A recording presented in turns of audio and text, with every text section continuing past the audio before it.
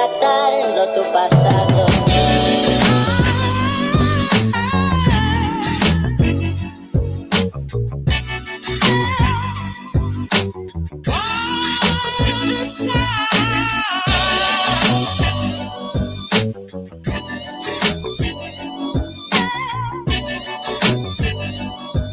Mentira, relatando tu pasado.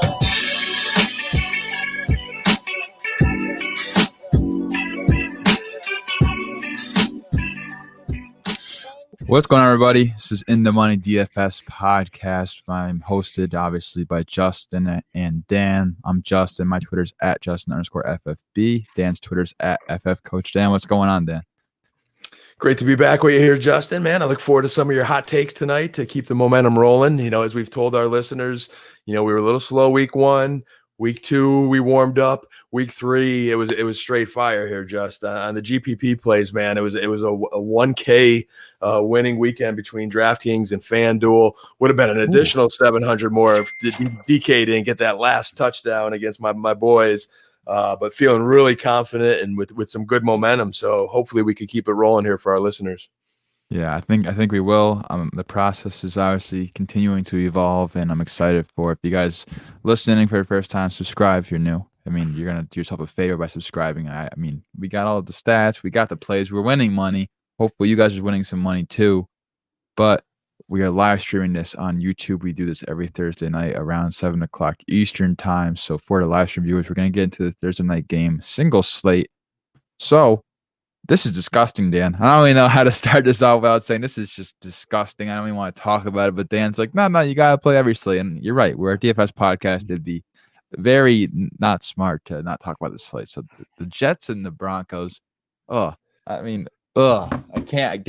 You got to start this off for me because I can't even talk about it. I know this is definitely painful for you as it is probably 75% of the fantasy football community siding with you right now, Justin. But I've got to say, I've got to say, it is football in this COVID season. We are still thankful for having football, especially with the Steelers and the Titans out this week. We'll talk about that later. You don't want those guys in your lineups. But 0-3 team, someone has to win tonight, right, Justin? Between the Broncos and the very lonely Jets. Not true. They could tie. We've seen that. We've seen that with the Eagles, and we'll talk about your Miles Sanders take later from last week. We've seen a tie, but the Jets. To me, this is like a practice for us as DFS plays. It gives you an opportunity to scout the Broncos and the Jets tonight, because at some point you're going to be looking at matchups in later weeks, and this is going to help you. So you got to look at the grand picture. My biggest hot take tonight, Justin, is it's Jerry Jeudy night, man. The air yards are there. He is due for a pop-off game. He's due for his first NFL touchdown, I believe. I don't think he scored a touchdown yet, has he? He's been getting some catches and yards and improving every week. What better than Thursday night primetime football for the Broncos' first-round draft pick to hit pay dirt? So I love Jeudy tonight, and it's just a matter of finding those complimentary guys around him. I think Melvin Gordon's been looking very good. There's nothing to make me think that the Jets are going to stop him. Lindsey is still out, so it's the Jerry. Just got declared out too, yeah. So it's the Melvin Gordon show. Jeudy, Melvin Gordon, all the Broncos. The Jets suck. The Broncos are a little better. I'm even playing. Denver's defense. You can't not play Denver's defense. I think it's not even a bad idea to put them in your captain spot. Potentially get some contrarian plays right there, Dan. Look, I'm making him think. I got the thinking emoji on your face right now. I see it, Dan. The Jets suck. There's no way around it. I did think that earlier today, and I think I do have one Jets lineup, one Broncos captain spot lineup.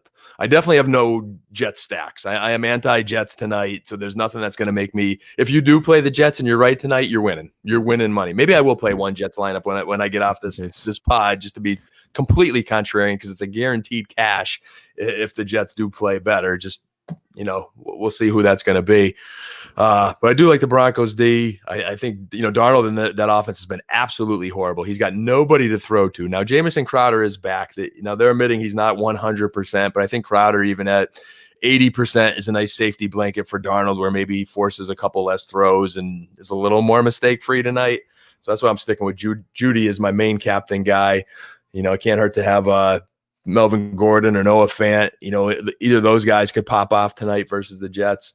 And don't discount Brett Rippon tonight. I know everyone in America is like third string quarterback. Maybe the Jets defense could stop a third string quarterback. Probably not.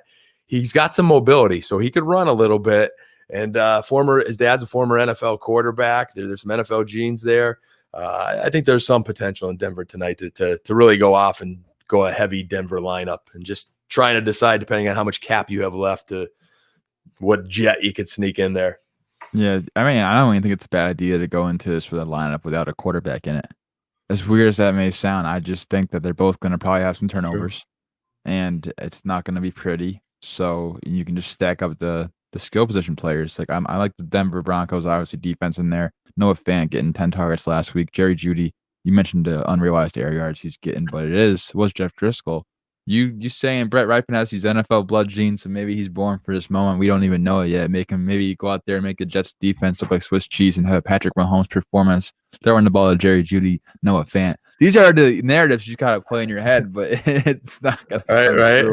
I mean, people for our listeners, don't think we're crazy. We're definitely not optimistic. We're just trying to look at the glass half full and get you some plays and write up those narratives like we've been. And a lot of our narratives, Justin, have been coming to fruition in some capacity or another. And we want to give the listeners as much information as they can to make a good play.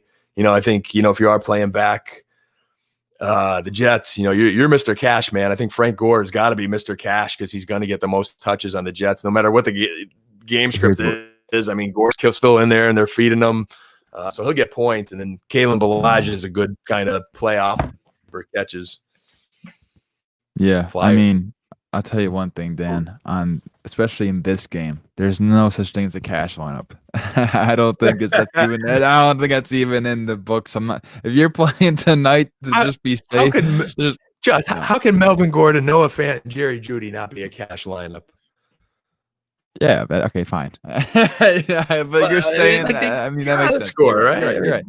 The Broncos can't be this bad. I mean, I know they're on the road. If this game is just ugly, hey, maybe you're looking at a Broncos Jets double stack. But I have no faith in the Jets. Yeah, the cash lineup would be Noah Fant, Jerry Jeudy, Broncos defense. You mentioned Kalen Ballage it's more of a GPP play, but the narrative, if you're playing it with these Denver players and Denver's defense, you're assuming Denver's going to be in the lead. So with that being said, Jets are going to be more passing. I mean, Jameson Crowder limited, but he's going to probably get at least a couple targets his way because the rest of the receiving corps is just absolutely destroyed. But that's how we both play this lineup. Now I want to reel it back in, Dan. We got one last thing. Just tell the listeners kickers are relevant too. I don't want to not talk about kickers. Sam Ficken. Or McManus. McManus has a strong leg. They're on the turf. But all right, we've talked enough about it. Reel us back in like you were. Yeah, reeling us back in. So back to the podcast listeners. We just did the Thursday night review, like I just said 2 seconds ago, because I'm going to edit all that out. But week 3 review. Dan, what went wrong? What went right? Because I know a lot went right. I mean, DK Metcalf, obviously, you mentioned, screwed you over for a lot more money. But hey, up is up. Yeah, and I had DK Metcalf in some lineups, but one thing that went right, when I stacked Russ, Metcalf, Lockett, that was gold. All my Dak, all my Russ stacks, and I had different lineups, different variations. They just cashed. I see a lot of green as I'm going through my history queue here on DraftKings and on FanDuel. But one thing I told our listeners last week, it's always tough. Who do you take, Lockett or Metcalf? And I told everybody, take Lockett. He did outscore Metcalf, so. Yeah. You only put one in your lineup. Dan, that was a great call, Dan. That was like, obviously it could have been Lockett's best game of his entire year this year because 3 touchdowns is 3 touchdowns. But you did the listeners, you did me some favors because I was on Metcalf, and after you said that, you're like, wait a minute, and I switched out all my Metcalf and put in Lockett. So thank you, Dan, for helping me win some money as well. That's what we're here for, buddy, just to help each other. And again, Dak lineups were gold. Russ lineups were gold. What went bad? I mean, Kyler Murray lineup stacks were like split. He didn't really take off against Detroit like I was hoping. Playing back Marvin Jones and Arizona stack was so-so. So I had some Kyler stacks that cashed some money, but a lot that did not.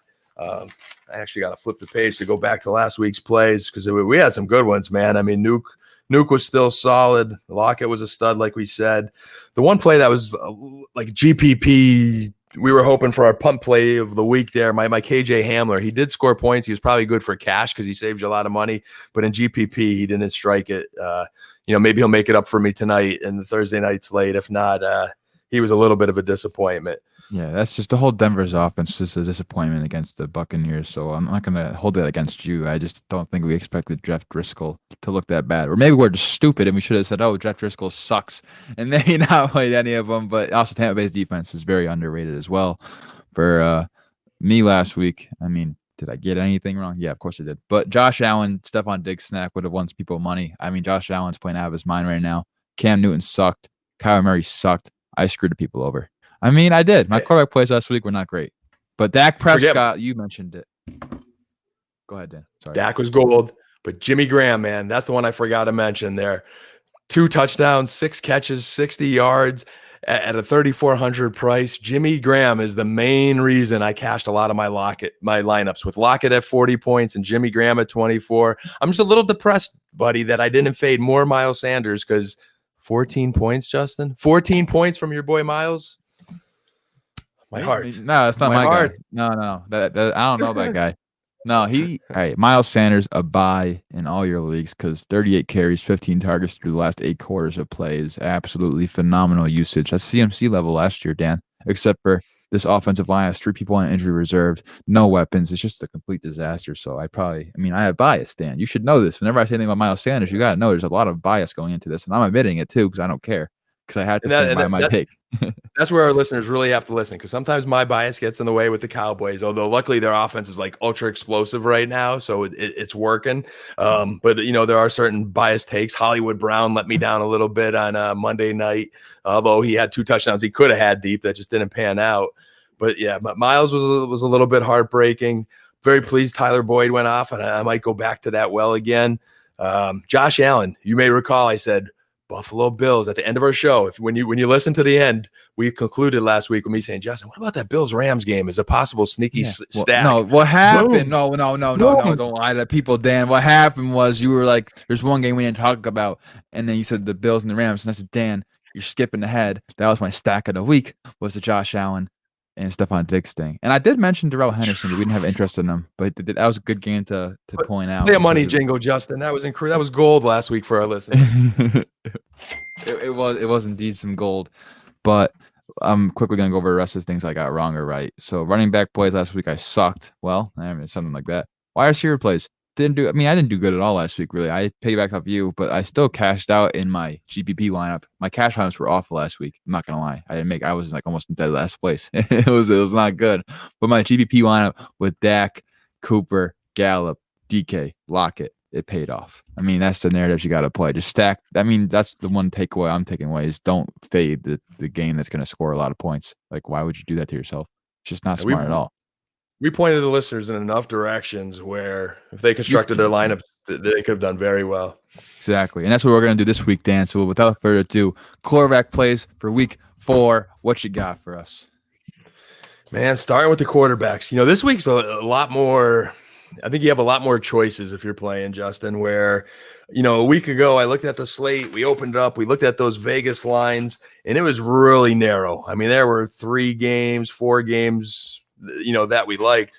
I go into this week and I look at those elite quarterbacks and their matchups.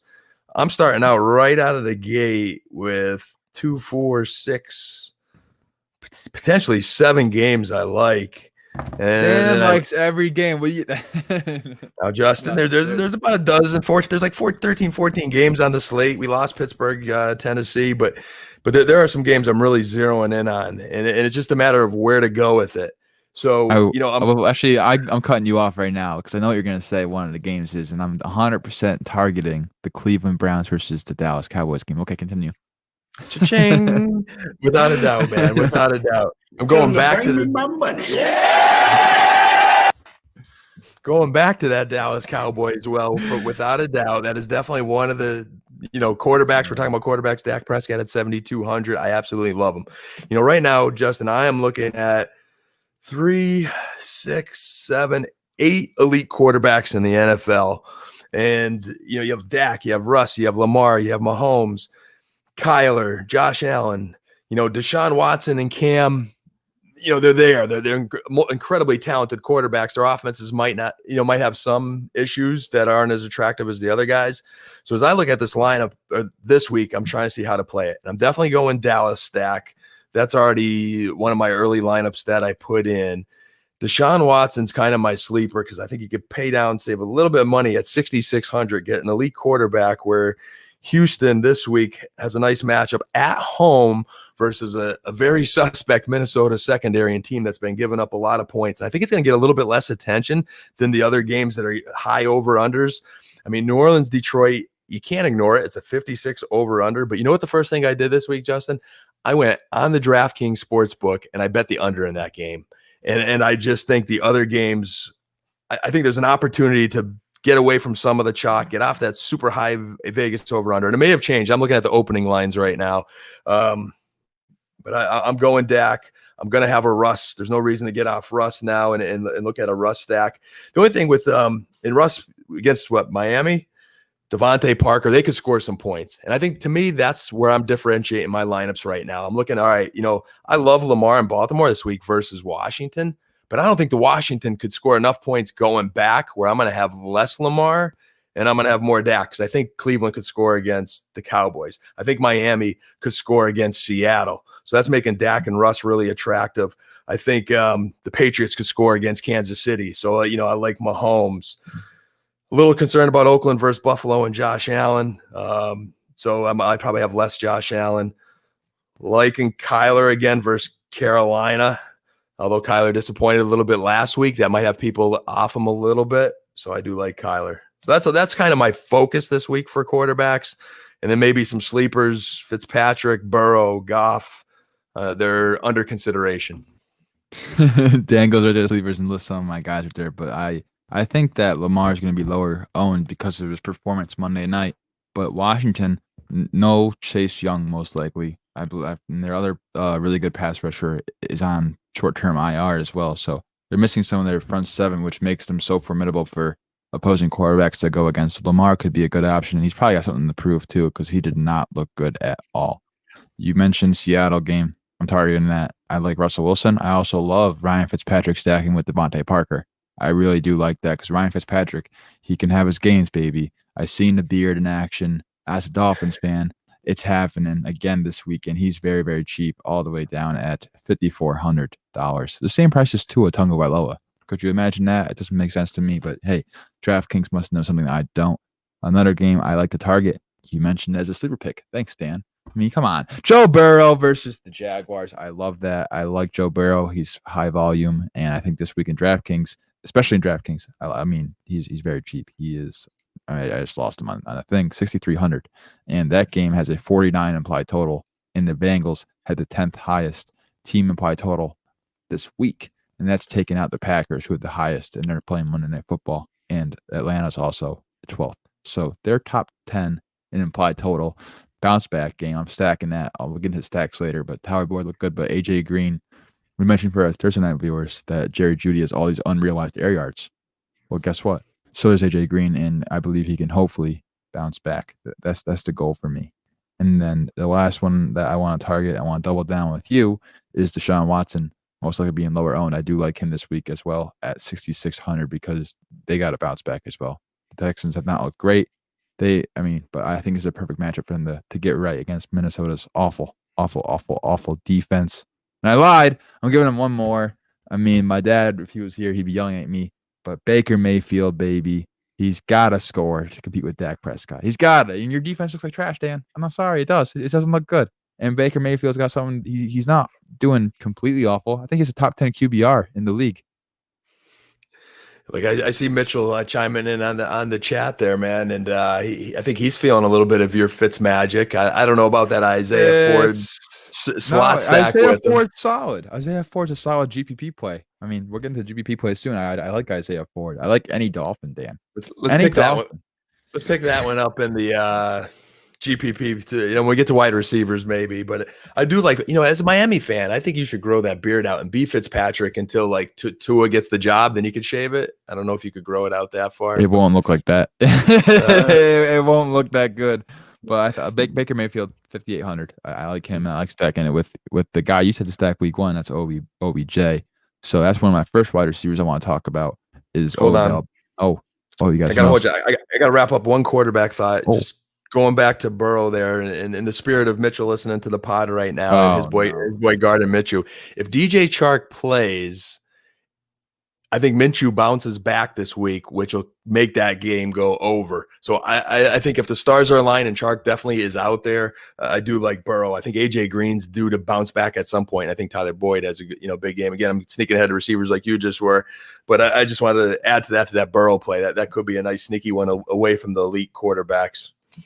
Yeah. So with that, Justin, back to your segue. Yeah, I was gonna say Odell Beckham Jr. with Baker Mayfield, 5,800. Odell. I mean, the dude's still talented. You're shaking your head because you got burned by him week 1. I didn't play him. Oh, there's a challenge flag. I'm sick of this show, Dan. What's this challenge flag for? I know JB and Mitch are already probably ready to shoot me with the challenge flag, but I got to stay on brand here. And the reason I am challenging you on OBJ is the same reason I believe I challenged you last week. Like, I'm getting all pumped up. I can't even speak. I challenged you last week on Metcalf because I said no, timeout, challenge, whatever I did. Lockett's the guy versus Dallas. This week, I'm telling you, I'm going back to the well and saying Jarvis Landry is the guy to go versus Dallas. Because, again, it's going to be Trevon Diggs, who's getting better every week. He could get beat. I'm not saying OBJ is not going to make a play. He will. But the guy to get all the catches and the most yards and pay dirt in the end zone, Dallas is really struggling in that slot in the red zone. And when Cleveland gets down there, just like Lockett did, just like Calvin Ridley did, I believe it's going to be Jarvis Landry going off for the Browns. So I'm going to stack Dallas playing it back with Mr. Jarvis Landry. I mean, in cash, I could see that. I'm saying GPP. It's Odell Beckham Jr. No, because everyone's going to like OBJ. Everyone's going to say OBJ. You're going to have the lower owned Landry, who's going to score more points and cost less. All right, why not triple stack it? They got to score points. I'd rather Cooper and Lamb than OBJ and Landry, because this is a Dallas stack. Unless you're going with your Baker stack, then I'd go with your triple stack. But I'm triple stacking Dallas's way because Dallas is not losing that game at home. Dallas at home. Amari Cooper is going ham this weekend, boys. You like Amari Cooper this week at his price point? Plays great at home. It's cheap. It's cheap. I feel like it's cheap for Amari Cooper this week. 6,700. I mean, a lot of these wide receivers are kind of priced down a little bit compared to most weeks. So I do like disrespected as a number 1 receiver, Justin. Unbelievable. I mean, it could not be me disrespecting Amari Cooper. Great prospect profile. I like the guy. I think he separates really well. Keeps getting better with Dak Prescott. So I do like him at 6,700. I do like seeing my boy Diggs priced up so high because this means he's getting respect finally, and it makes my heart very, very warm. But I'm not going to play him this week unless I'm stacking it with Josh Allen. What other wide receivers do you like this week? I'm with you on Diggs there, and you know me and GPP. I stack everybody, so there's going to be a lineup for every kind of theory I have. Again, I don't go 150 lineups. My bankrolls doesn't work that way, but I diversify my plays and make strategize my handmade lineups. So I'll have a Diggs in there somewhere. I told you my Dallas stack with the where they kind of go with the Browns receivers. Other receivers I like, I'm going to go to Miami there, man, and your boys, Devontae Parker and Preston Williams, definitely liking them. I like them in either a playback in a Seattle stack with Russ, and for GPP, I might even go with a Fitzpatrick stack with those guys. I might play that one both ways and see how the game plays out, because there'll definitely be a lot of throwing, and no doubt about it, Miami's going to have to throw and try to catch up, and you can pass on Seattle, and Williams and Parker have very nice matchups. That's why I don't like Isaiah Ford. I like Ty Freak, I think, as everybody probably does. McCole Hardman and a Kansas City stack. Like, Bill Belichick's going to take away somebody there. Kelsey. They took away Waller last week. I think they're going to take away Kelsey this week. But it's also very hard for your defense not to just bracket cover Tyreek Hill, because that's one play that could just light him up. If Gilmore shadows Hill, or if they bracket him, that takes him out. I think New England normally plays the tight end pretty good, but even they might say, hey, take Kelsey a little bit. We need you to dink and dunk versus just airing it out, because I don't think New England could afford to get this game in a shootout.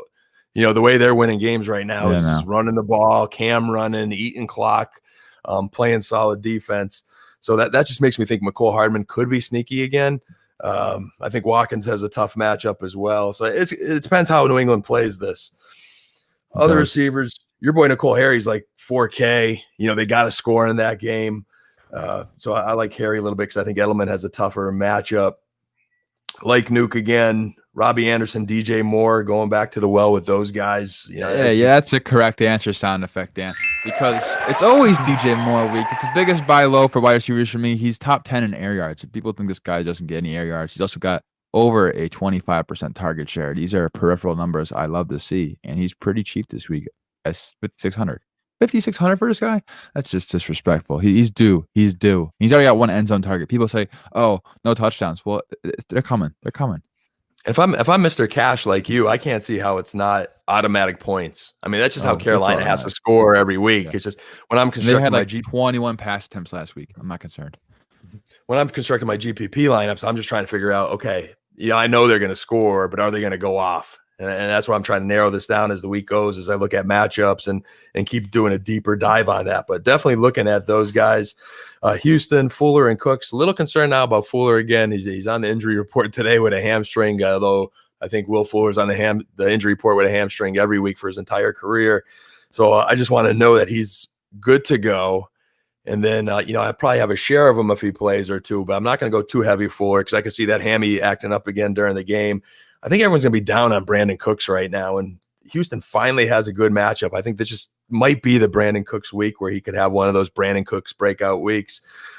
Might go back to the well on Justin Jefferson. I think, Thielen's got a tough matchup, but he just might be the real deal, Just. He looked. No, I love Justin Jefferson. I'm just saying we probably just saw his best game of the season, and I don't know if you want to bet on that back. They're playing Houston. You don't Houston think in that leaky secondary. You don't think Houston saw that game and said, okay, we're not letting this rookie do that to this week? But I don't think they could stop him because it's going to be. I'm not going to argue with that. If Dalvin Cook looks great, so if Dalvin Cook's moving and Houston's scoring, and this game becomes a shootout, and Thielen's well covered, I think JJ is the guy to break out because no one else in the Minnesota offense. This is your GPP mind. Do anything. I see the narrative spinning in your head. I like it. This is how you got to play GPPs. I mentioned most of my wide receiver plays I like with my stacks. I really like AJ Green to bounce back this week. He's 5,500. He's pretty cheap against Jacksonville, who you mentioned leaky secondaries. That's a leaky secondary. He's going against CJ Henderson. I mean, I'm not concerned at all. I really do like AJ Green. I think it's okay to play both him and Boyd. Now, I got to get the people. It wouldn't be In the Money DFS podcast if I don't go way down and get the people some cheaper options this week. Justin Watson, 3,400 against the Chargers. I mean, Tom Brady, no Chris Godwin. You see Justin Watson's snaps just rise and routes run also rise. So for GPP purposes, I do like Justin Watson at 3,400. That's very, very cheap, and you can help pay up somewhere else. You go up a little bit more expensive. I'm going with the accountant, the guy in the IT department for the Las Vegas Raiders. It's Hunter Renfrow, baby, because Ruggs is out. Edwards is out. He may be higher on, but he's okay cash play, and he also found payday last week while teams focus on Darren Waller. So I think he's number 2 option in that passing offense. They're going to have to throw against Buffalo because Buffalo's hot right now. So I do like Hunter Renfrow at 4,600. That is definitely. Yeah, see, I'm here. I like where you're going with it. And similar to the receivers I gave you, Justin, we're really focused on the stacks. If I'm getting away from the stacks, I'm just going to I'll agree with you with AJ Green for cash. For GPP, I do not like him because I think he has a tougher matchup, and it's going to be Boyd that just goes completely off. And Cooper Kupp, Woods, keeping an eye on them. Julio's trending towards being a go and playing. I think people will be off Julio this week, and they need somebody to throw to. So I think Julio could definitely go off. And my sleeper, I haven't even looked him up yet for a punt play. If I could navigate my way here on DraftKings, and you can maybe help me pronounce his name because Ridley is out. What?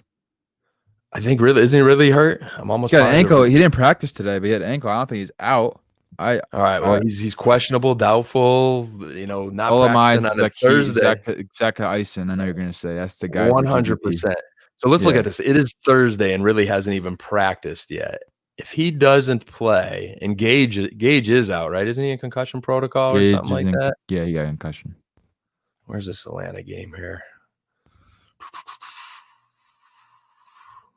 Help me find this guy's price here. He's got to be like dirt minimum bottom of the barrel. No, see, I'm actually Oh, doing he's this Monday Night just Football. That's to why I'm troll. not I'm finding just it doing here. it just to troll you. I'm waiting for you to scroll and say, here it comes you and realize it's Monday Night Football.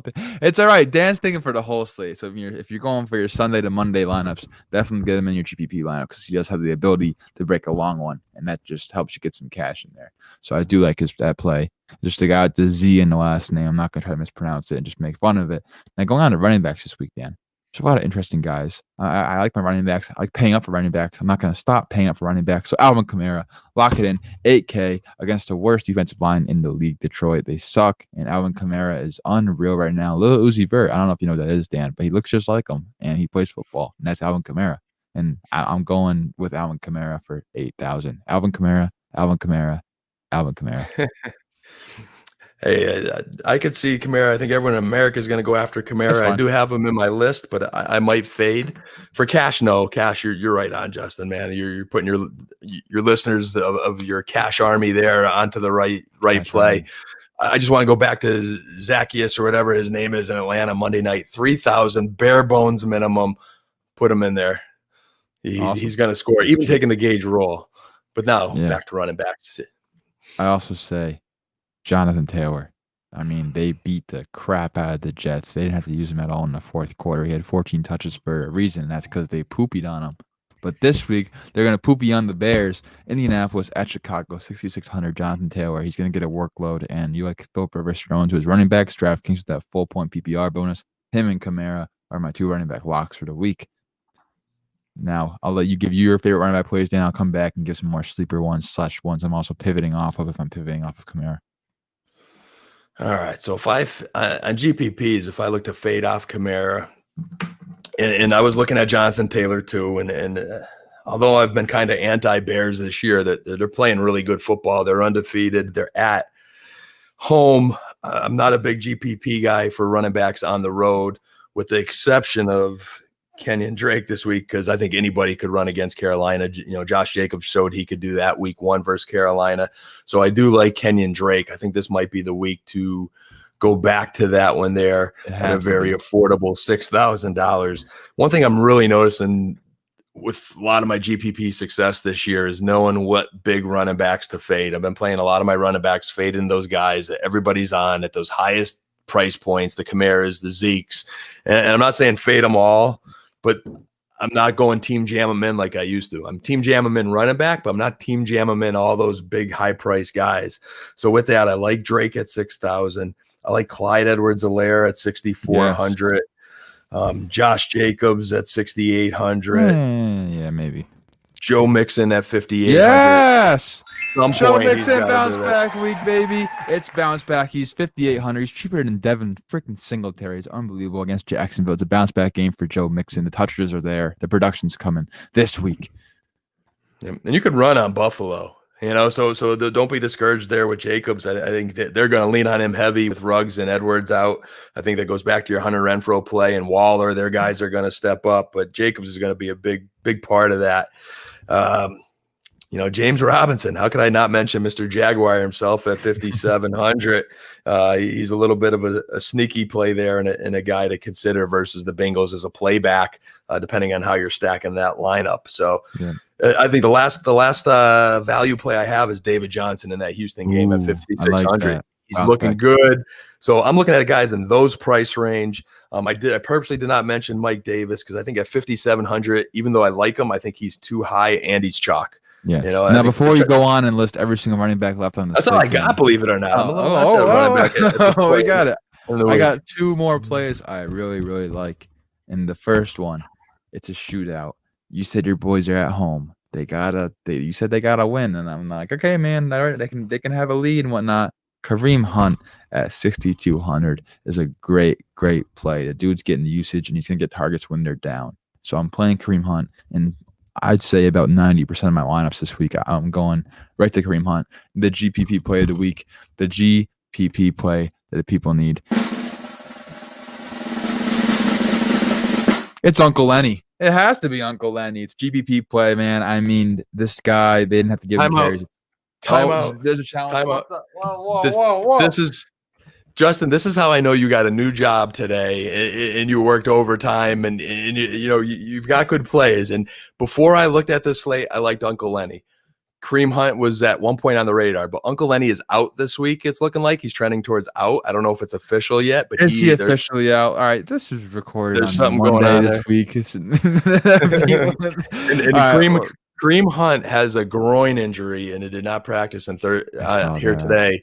So, man, when it comes to those soft tissue issues, groins, now, hey, you might want to flip that and go with Chubb because if Hunt's out, man, it is Wubby Chubb show, and that boy could catch. He's kind of underrated as a receiver. I mean, maybe he's not as dynamic as Kareem Hunt in the passing game. I get that, but he's above average. So, like, if Chubb's going to get that great volume, I think you're on a good play back there with the Browns because they've got to run the ball to do well. And really important for me is tomorrow's practice report with Uncle Lenny and Kareem Hunt. If they didn't practice or are limited, I'm probably fading off Kareem Hunt. I'm probably putting him in 1 or 2 lineups, not the 90% that I said before, and I'm definitely going to go with Chubb there.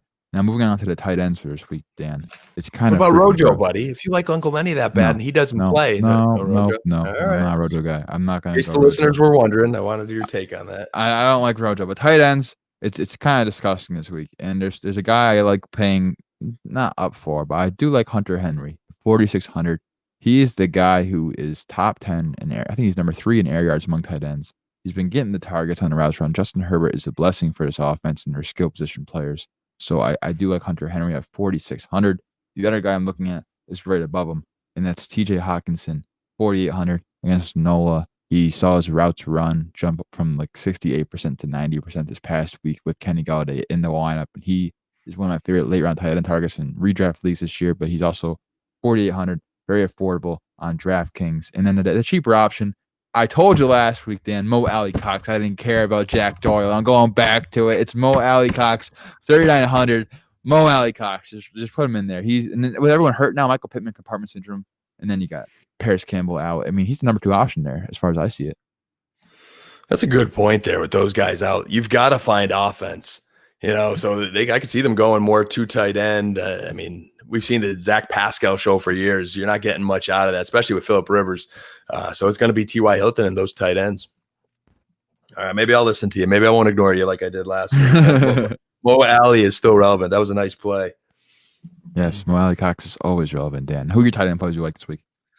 Tight end plays, I do think Mark Andrews will be mad at 6,000, just like Hollywood Brown. I didn't mention Hollywood Brown before at 6,300 versus Washington. So I do like those Baltimore players, especially in cash, GPP. Again, my only concern is that Washington could keep pace and eventually they'll put on the brakes and, the running game will take over for Baltimore. Love Darren Waller at, what's his price here? 5,200. He's a wide receiver, one man playing tight end.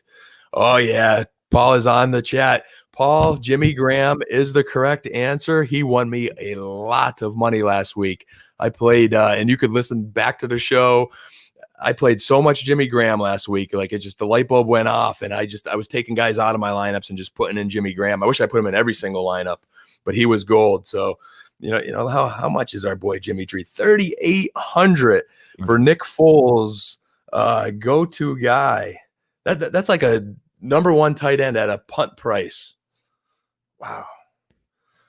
So if you don't have money to afford Waller or Andrews, which even if you did have money, Jimmy Graham is definitely one way to go. Other punt plays in that Jimmy Graham range is Logan Thomas. Again, they've got to find ways to score versus Baltimore, and their wide receivers are going to be smothered by that Ravens secondary. So it could be another Logan Thomas day. He's getting a lot of air yards too. Jordan Akins is a punt play sleeper at 3,300. He'd be my punt play of the week there. If you just got to squeeze in a guy somewhere. You're 4th and 60. You need to punt the ball. You can't go for it. That's your play right there. Sometimes you have to. You pay up for running back. You got that elite quarterback in there. You're trying to get a little more of a stars and scrubs lineup. That's when you go to Akins. But best pick would probably be Waller or Jimmy G. Yeah, I agree 100%. If you wanted to pay up for a guy on defense. Defense. Look at that transition. That's kind of crappy, but it'll work. The Rams, 3,900. I like it because the Giants suck. Now, that's my favorite. I mean, it's easy as that. Also, Ravens are 13.5 point favorites over Washington. So if $100 more, it could be worth it paying up for the Ravens because that's an insane favorite by Vegas. 13.5 points. Are you kidding me? That's crazy. Them and the Giants. I mean, not them. The Giants and Washington are both 13 and 13.5 point underdogs. That's just crazy to me. So those are the 2 plays I'm going, and I'm gonna look for a cheaper option right now because I really only have those 2. But it would be a disservice to the people, Dan, if I didn't give them a cheap option. So who are your defensive plays that you like this week? I got 4 plays I'm looking at now, and I've really been narrowing down defense and tight end, and I've been hitting on tight end this year, and that's part of the reason I've been doing really well in GPP. You know, in some ways, it's easy to say, "Hey, Nuke's going to have a big week," but it's not easy to say Jimmy Graham's going to have a good week. On the defensive end, I wish I had more Colts last week. I really do. They took off. I did have some Patriots lineups that did well. And some of our other defensive plays like the Eagles last week, they scored, so it helped. This week, I love the Ravens. I think the Ravens and the Rams, Justin, they are chalk. And it's weird that, teams that you pay up in their chalk, but the way the rosters are constructed this week, I do have, one of my Dallas stacks I'm looking at right now. I was able to pay up and take the Ravens. I like the Ravens over the Rams for this reason. They got annihilated by the Kansas City Chiefs last weekend, and they couldn't quite get a rhythm. They made some plays at points, but this is a really good defense that is going to be mad, and they're playing a terrible Dwayne Haskins, terrible Washington team, and I think they're going to take it out on Washington, and I think Washington's in for a long day. I want to say their old nickname, but I'm trying to stay politically correct here. It's killing me. His muscle memory, you get used to that. So I am all over the Ravens anywhere I could pay up.